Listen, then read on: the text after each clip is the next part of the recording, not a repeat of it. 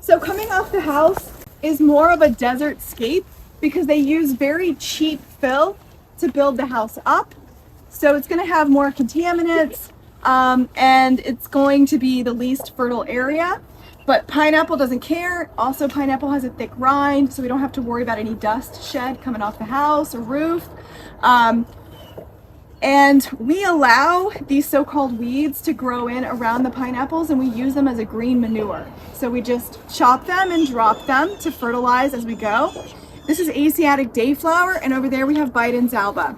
Biden's alba is the third most important pollinator plant in Florida. You want that plant if you want pollinators, and you want pollinators to have food. So it's also a medicinal that you can have, you can harvest the leaves and the flowers for either a leafy green or a tea. However, I would not be harvesting my Biden's alba coming off the house because it's also a bioremediator, meaning it sucks up toxins. So it prevents them from going into my other plants. So it's great. It doesn't put my bees or pollinators at risk because the toxins are in the leaves, okay, and in the roots, not in the pollen or the nectar. So this is a great one to like filter things coming off the house. And a lot of people are like, is my soil contaminated? You can just go ahead and check the yes box because we live in an industrialized world and we all share air and water, and the vast majority of toxins move around through air and water. So when it rains, you're going to have contaminants. So you can do all the things to your house. If your house is older than 1980s, there could have been lead paint used. You want to know the history of your property. So having these bioremediators is really important. Building soil through mulch and chop and drop is really important. The biggest risk is exposed soil. So you want to let your weeds grow up. You don't want exposed soil. The biggest risks are in cities, not in rural areas, because that industrial fume is constant, not in the more rural areas. What is this over here? What's her name again, please? This one is a type, it's called an almond bush, but this is purely a pollinator plant. We use it as an aromatic, so we're trying to garden for all five senses. This is our home, we want it to be pleasant. So we want to see the colors moving in the shapes of butterflies and birds, and we want to smell like sweet smells when we walk through. And so this plant is purely for that sense of smell and to feed our bees. You can see the bees love it. And we also will cut it and bring it in the house, and it'll fill the whole house with like a really nice aroma. So you go to a nursery and you're like, do you have an almond bush that's fragrant? They probably will. Yes. So as far as the weeding, letting the weeds go, do you take out dollar weeds or you let them go? Oh no, I definitely let my dog. We do not weed. Weeding is very unpleasant. No, I get it. Yeah. Yeah. We want to just enjoy our life, and we want the vast majority of our time. So we're at year 4.5. So if you look around, this is year 4.5. So we've been extremely productive, and one of the reasons that we've been extremely productive is we're spending more time creating than killing. And so a lot of people that we know spend more time destroying than creating. Both are important, but you want to spend more time creating than destroying. And so yeah, the first year we were like, we want control, we want maximum control, because we have that European model. But then we're like, no. And actually the fertility skyrocketed once we stopped doing that. So if you pull weeds, you're going to disrupt the fungal layer, kind of connecting the plants. The plants exchange nutrients, and they also help to keep each other from like washing away in heavy rain. So they prevent each other's erosion. So no, we're just chop and dropping. That is it. And a lot of weeds are edible. And so we have wildlife. We consider ourselves a wildlife habitat. Let's move into the shade. So we have bunnies, bobcats, all the things, like bunnies for our food stuff. They already had stuff they were enjoying eating. They'll eat the Asiatic dayflower, they'll eat dollar weed, they'll eat a ton of things like pennyfoot, they'll eat a ton of this. Like there's so much edible. So my chickens do too. And they're very used to this. When I come in and I bring in a chaya, most humans have not seen chaya, let alone a bunny. or like longevity spinach or these other things that they could eat. They're just not doing it because bunnies usually have a very small radius, you know, they're timid, and so they'll travel. If they see a predator, they'll travel far, but typically they like to just exit, nibble, re-enter, right?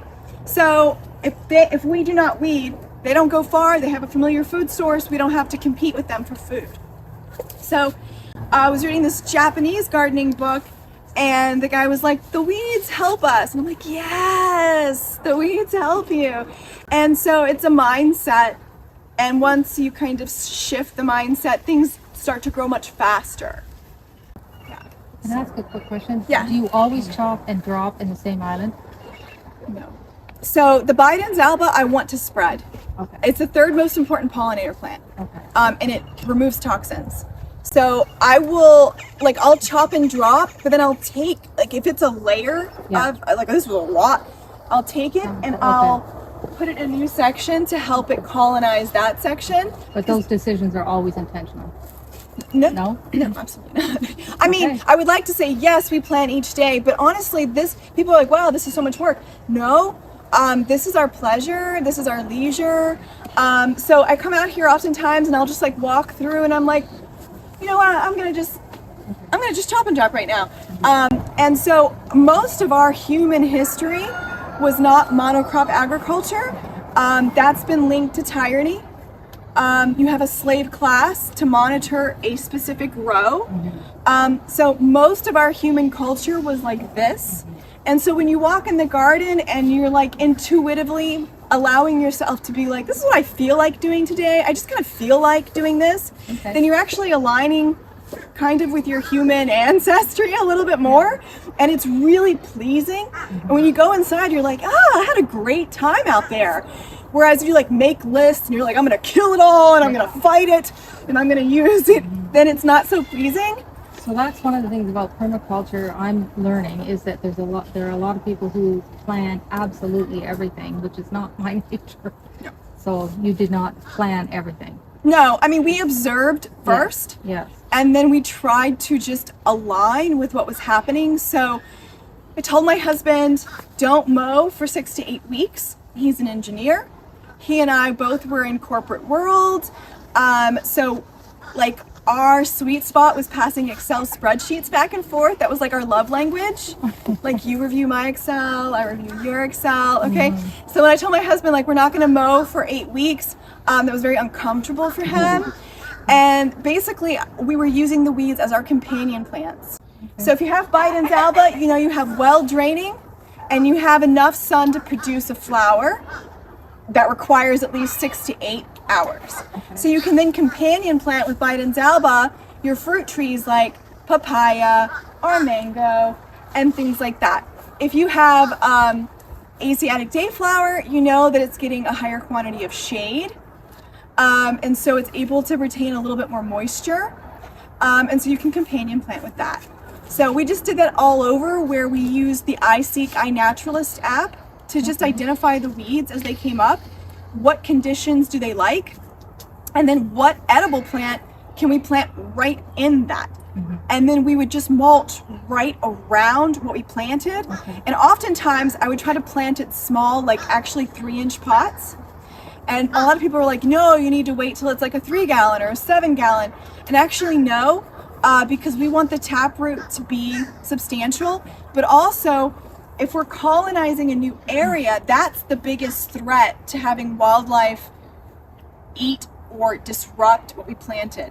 So we would just kind of move, like if I were going to plant right here, I would just kind of make a little circle like this.